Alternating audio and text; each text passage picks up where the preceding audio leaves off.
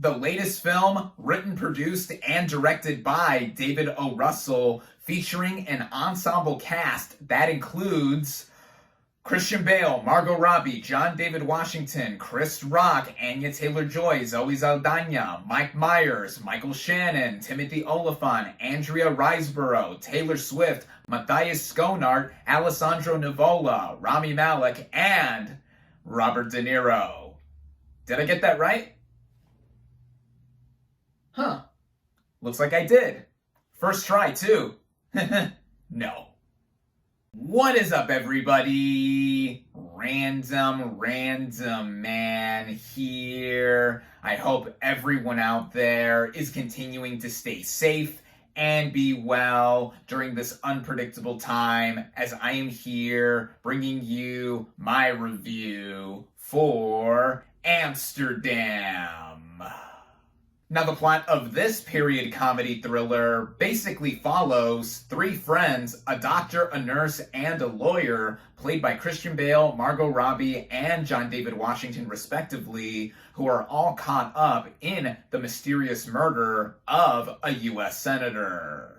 Going into this movie, I was looking forward to seeing it, as, like I said in the intro, this is the latest film written, produced, and directed by David O. Russell. I'm a huge fan of a lot of his work, whether it's going back to his earlier stuff, such as 1999's Three Kings, to some of the films that he's done in the past decade, such as 2010's The Fighter, 2012's Silver Linings Playbook, which is my personal favorite film of his and one of my favorite films of the past decade, and 2013's American Hustle, which I also put up there. Amsterdam marks Russell's return to making films in 7 years since 2015's Joy, which I did enjoy, but not as much as the other films that I've previously mentioned. But with the crazy cast that Amsterdam has, and I rattled off in the intro of this review, and the concept of it being a murder mystery, I was totally on board to see it. Luckily for me, I was able to head out and see this thing in theaters, where it is only currently available. Starting out with the cast and their performances, I'm not going to go through the entire cast again, but I will begin by talking about the main trio of this film, starting out with Christian Bale as Bert, a doctor and veteran of the First World War, who I think is an easy standout, like Bale usually is in other films. He's previously worked with Russell on both The Fighter, which he did win his Best Supporting Actor Oscar for, and American Hustle. And I think here, with the specific caricature he is doing by playing this war vet who also lost an eye during that same conflict, and is just somebody with his own kind of mannerisms about him, Bale always transforms into the role that he sinks his teeth into. His character also serves as our film's narrator, giving us an interesting POV as to seeing everything unravel. Then we have John David Washington as Harold, a lawyer who's also a veteran of the First World War and first met Bert during the conflict. Both of them become best friends and formed a pact to get each other out of the war alive, and I loved both of them together, as well as Margot Robbie as Valerie, a nurse who treats both of these guys during the same conflict, and the pact then becomes a trio with all three of them together, really bringing out some of the best moments of the film for me. And then Robbie and Washington's characters specifically become closer to each other as a couple. These three are basically a lot of the movie in what helps keep it going, and also once they eventually get back to the States, see how they are able to uncoil this murder mystery that they're involved with. And with the huge ensemble cast here, there are moments where certain players do have time to shine. I think people like Rami Malek and Anya Taylor-Joy with what they have to do as this quirky couple. And then a huge standout like Robert De Niro as this war veteran who also stands up for the veterans for the rest of the country. I think that the ensemble cast here really does bring out a lot of what this movie is doing in just breathing characters. But the main standouts of this film are easily our main trio in Bale, Robbie, and Washington, as well as De Niro with the really prominent supporting role he has across the film after he's introduced. And getting into the writing, and by extension directing by David O. Russell, the setup of this film drops us in the present day of 1933 in New York, where we see Bale and Washington's characters involved with the murder of a U.S. senator, and then in quick succession almost, another murder pops up and they are quickly blamed. We then flash back to their time in the First World War in 1918, where they also eventually meet Robbie's character, and then it flashes back to the then present day of 1933 to see how they're able to get out of this. In these earlier moments, we get enough backstory with all three of these characters together to see how their dynamic is, and when the main plot eventually plays out, we see how they're each trying to solve what is happening on their side and them together. That is what makes the movie initially engaging, and we also have the colorful cast of characters pop in and out for specific purposes, or just seeing how this world that Russell sets up really is something that is of a particular tone, and I think that is something that he is able to balance well for the most part in this context. Other movies he's done in the past that are more so dramedies, I think he's able to toe the line between comedy and drama well. Here, the movie is more on the goofy side, and I can see how it fluctuates back and forth from being a serious murder mystery to also something of a screwball comedy with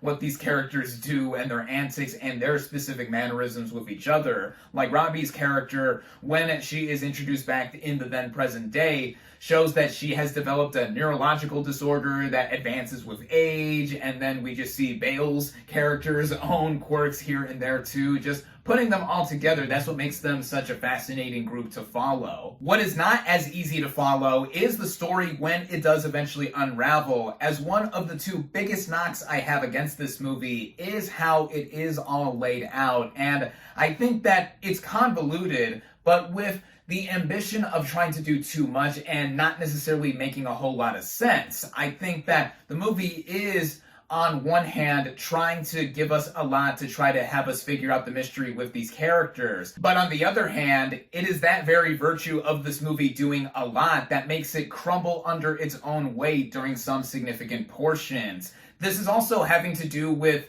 the fact that the movie is based in real history. It is connected with an actual plot within U.S. politics that I don't want to give away unless you don't want to know. If you're a history buff who's studied this time period in U.S. history, you can probably deduce what it is. The movie begins like Russell's own American Hustle, which took place in the 1970s surrounding Abscam, where it opened with a title text that said, "Some of this actually happened."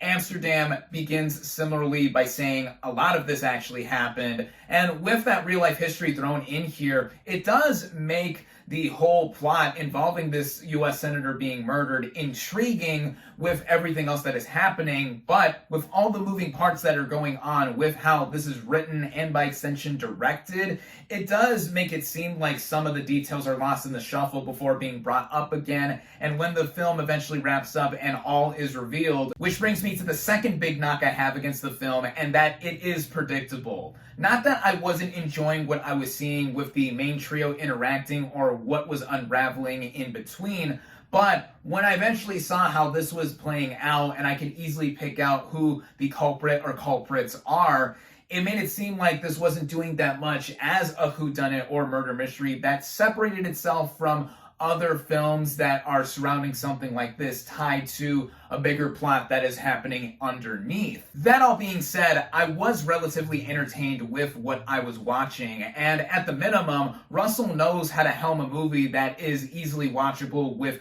all of the factors that he has assembled here between the cast and also a lot of the technical elements at play. like the costume design, production design. The cinematography was done by my personal favorite cinematographer, Emanuel Chivo Lubezki, and then the original score by Daniel Pemberton, I thought kept up a sense of being light while also having some whimsy in there, given the goofy tone that it has and just having it all move along. And speaking of how it moves along, the film runs at about 2 hours and 15 minutes, just under that. I thought it ran at a consistent rate, mostly with me being with the characters and trying to figure out everything before I eventually figured out what was actually going on here. But even with that, the movie all in all was trying to go for some messages, one of them being advocacy for veterans or just people who have been either abandoned by their country or are just discarded altogether, mainly with Bale's character being a doctor trying to help out veterans that really haven't been treated right when they came back, which is something cool to positively bring out and want to implore onto the audience. But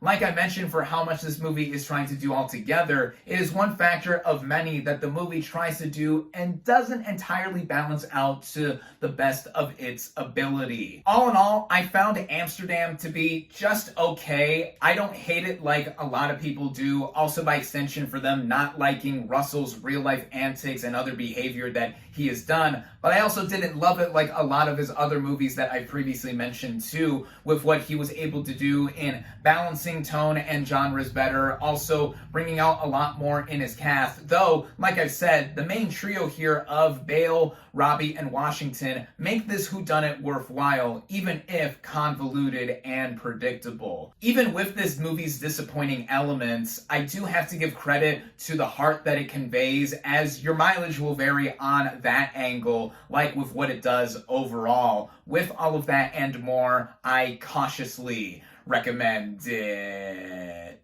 My final verdict for Amsterdam is 3 out of 5 stars.